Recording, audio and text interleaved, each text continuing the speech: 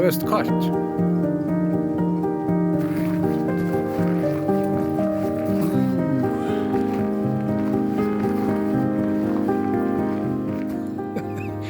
Får jeg start på den, så er det pinlig godt.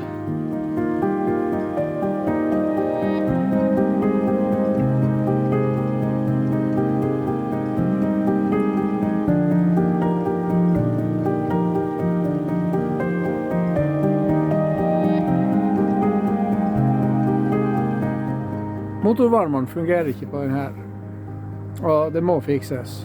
Jeg vet hva feilen er, men jeg får ikke gjort det nå. Jeg mangler noe. Så er jo spørsmålet, er det strøm på batteriet? Og om det er strøm på batteriet, får jeg start på den? Hvis ikke så må jeg bruke en sånn dieselvarmer og prøve å få start på den. For å få varme opp blokka og alt det der. Vi får prøve. Det er kaldt, han er -8.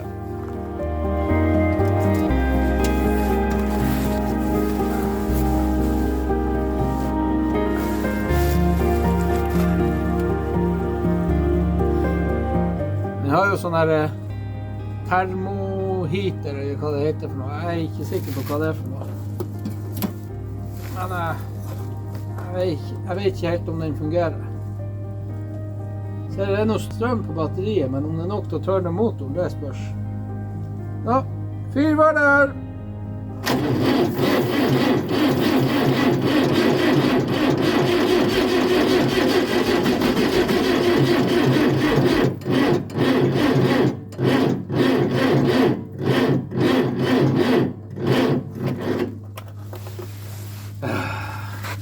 Vinterens herligheter.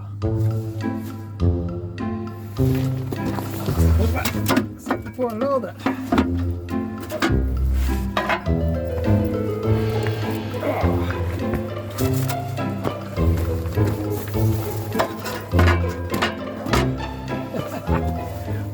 Vinteren. Man må jo bare elske det.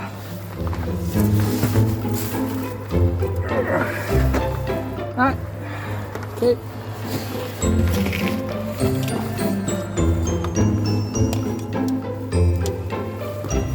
Er det optimalt med en sånn lader? Nei. Fungerer det? Ja. Det tar bare litt lengre tid. Skal vi se, hvor vi har plussen.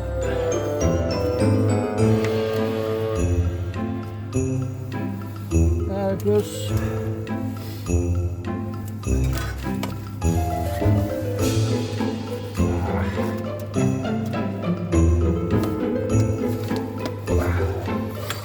Sånn. Og det får lov å godgjøre seg litt. Imens så går vi og henter den der dieselvarmeren, og så setter vi den et lite stykke fra blokka, sånn at den får varme den opp litt. Ikke for nært har jeg hørt, for da kan blokka sprekke. Hva vet jeg?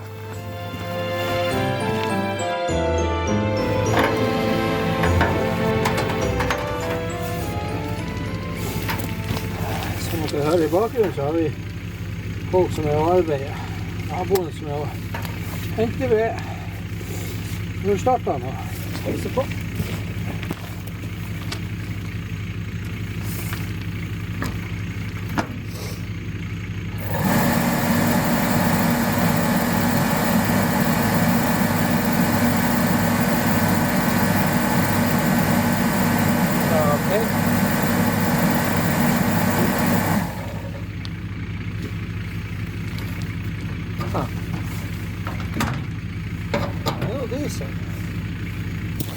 Så vi ser, jeg får strøm.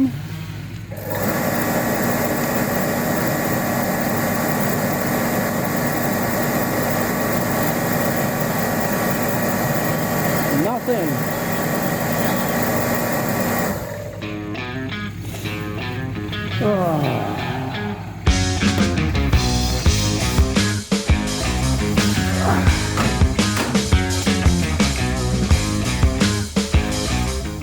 Hør så, da har jeg koblet strøm på. Se om den fungerer nå.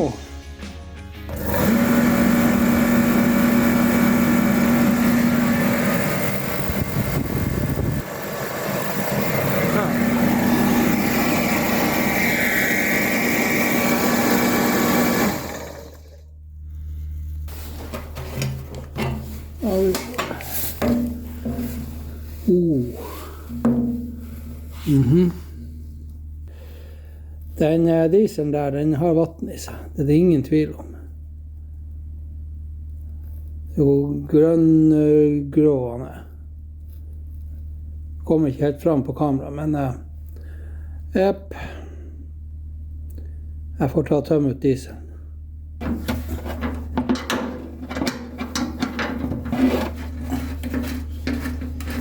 Flere 100 meter lang der.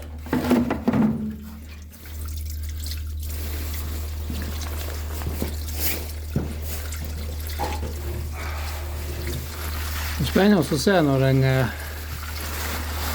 dieselen at det her har fått lagt seg litt. Og se om det er noe vatten i det. Men jeg tror faktisk det er vatten i det.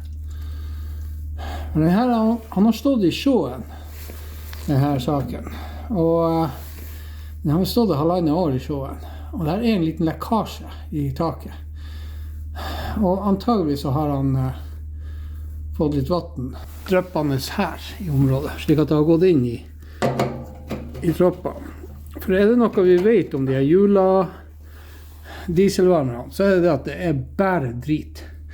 De er ikke tett, og alt av gummislanger går sunn. Så nei. Vi får bare la den dryppe seg tørr. Så. Ja, jeg vet ikke. Jeg synes det så noe grumsete ut, den her dieselen. Nå har jeg bare denne oljepannen her, så jeg kan ha det i, så vi får ikke sett skikkelig om det er vatten. Men for meg så ser det ut som det her er ikke god diesel. Så jeg skal fylle på, og så tester vi igjen. Men først så tar vi en liten sniktitt ned i tanken. Her vi ser. Å få lys ned der samtidig for å få filmet, det er jo håpløst. Men tanken, slik jeg ser den ser helt fin ut. Litt sånn små greier nedi der. Det er sånn.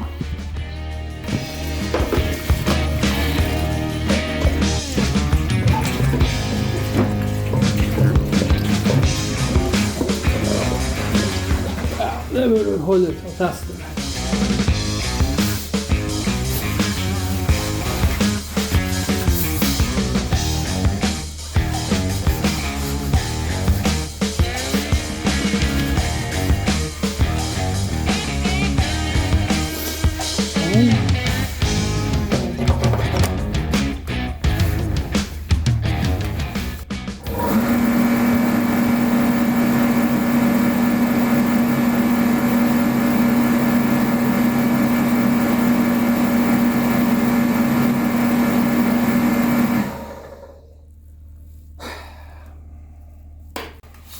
Ok, så tar vi av det lokket. Ja, det er 4 skruer på denne siden, og 4 skruer på denne siden, og 2 skruer her, og 2 skruer under her. Så vi må av med denne dekselet og rista bak vifta.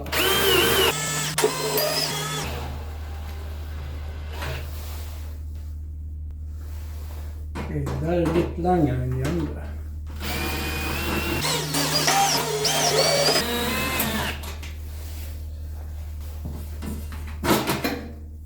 Jeg rister på baksiden. Sånn. Det første jeg la merke til var at den her var veldig løs. Og det er ut tennpluggen.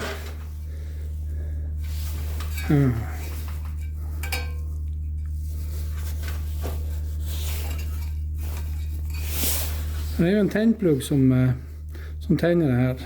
Det er som på nesten på en bil, holdt jeg på å si. Da vil vi se. Prøv å sette den på nå.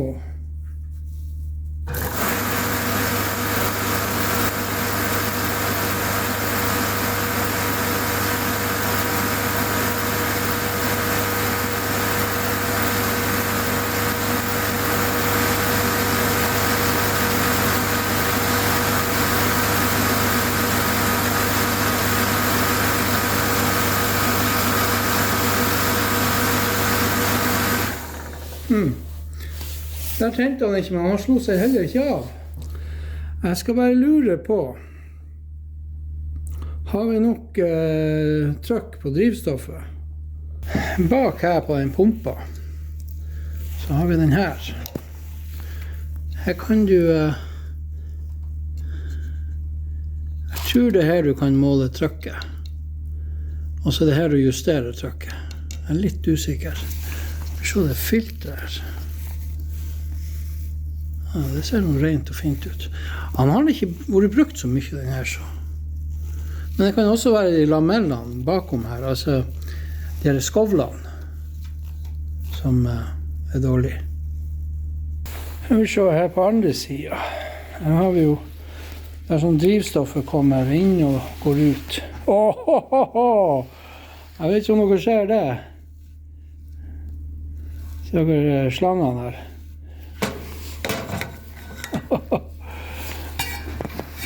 Her er det masse sprekker.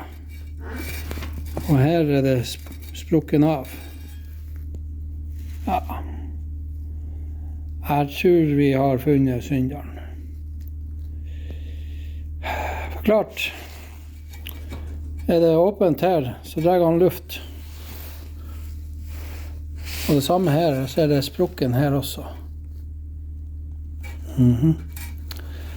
Og jeg har ikke drivstoffledninger, drivstoffslanger i denne størrelsen.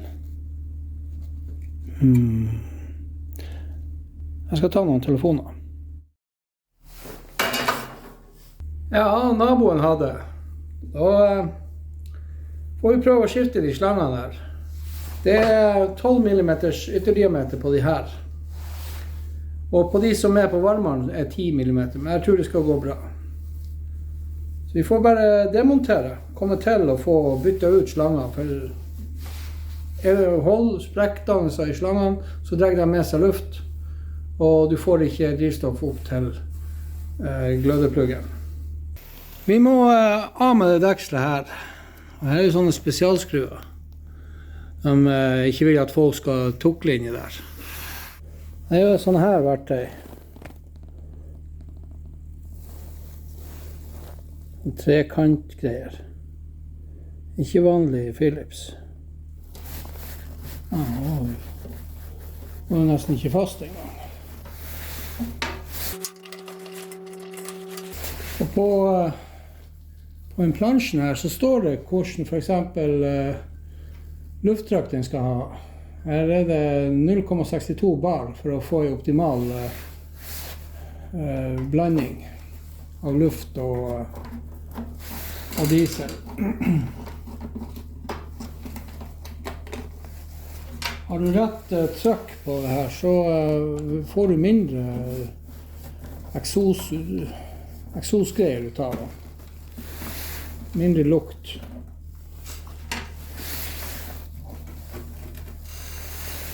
Ok. Så at den slangen der, den kommer ut her, og det er den som går ned i tanken. Og den har jo en sprekk her. Så har vi den der slangen. Den går jo ned her, kommer bort hit, og så kommer man opp her. Jeg tror vi bare bytter den nå med det samme. For der er jo sprekkdannelser i den. Og jeg la merke til at den her, den var jo nesten ikke festet nedi her. Så her er det jo åpent rett ned i tanken. Ikke bra. Jeg tar bare og bytter de her slangene. Det er jo ikke noe å filme, det er jo bare ut med gammelt og inn med nytt. Så kommer jeg tilbake når vi har fått gjort det. Sånn. Da er slangene byttet. Nå hadde jeg ikke sånne her klemmer, som var stor nok. Så jeg måtte bruke vanlige slangeklemmer. Det får bare duge for øyeblikket. I tillegg så var det her gummigjennomføringen her. De er jo for 10 mm. Altså, innerdiameteren her er 10 mm. Men slangene ble for tjukk, så de passer liksom ikke. Det var ikke rom for å få gummigjennomføringen. Så det får jeg ta etter hvert. jeg får tak i rett størrelse. Nå det jo bare midlertidig det her, så. Kan man kalle det for midlertidig permanent? Vi tester. Skal vi se. Fyr var det her. Yes.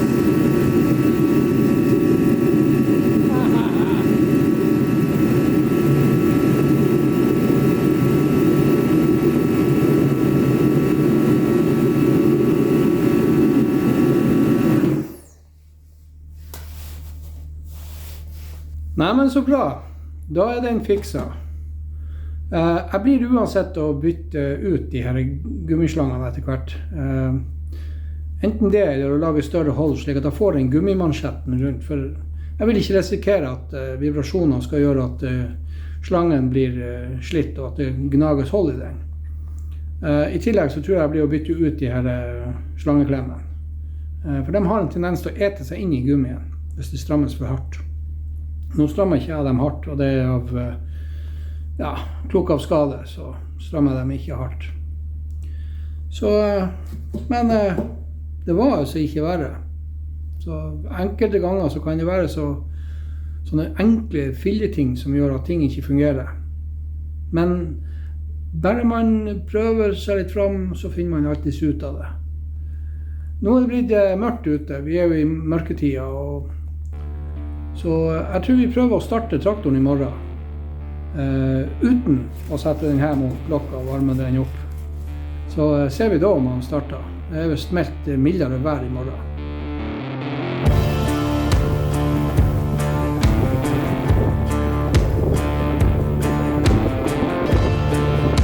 Ja, nå har temperaturen steget litt. Og vi gått fra 8 til 3 grader.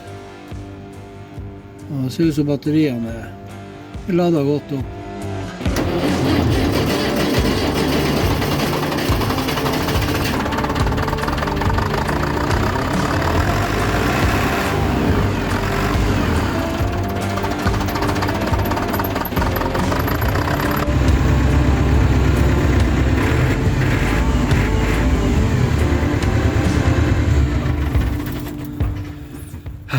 Dynamoen her. Når det kaldt vær, så vil han ikke gå rundt. Den helt stuck.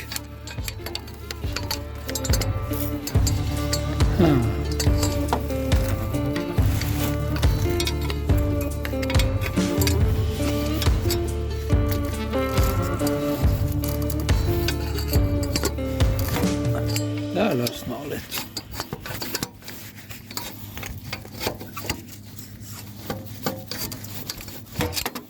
Ja, vi tester.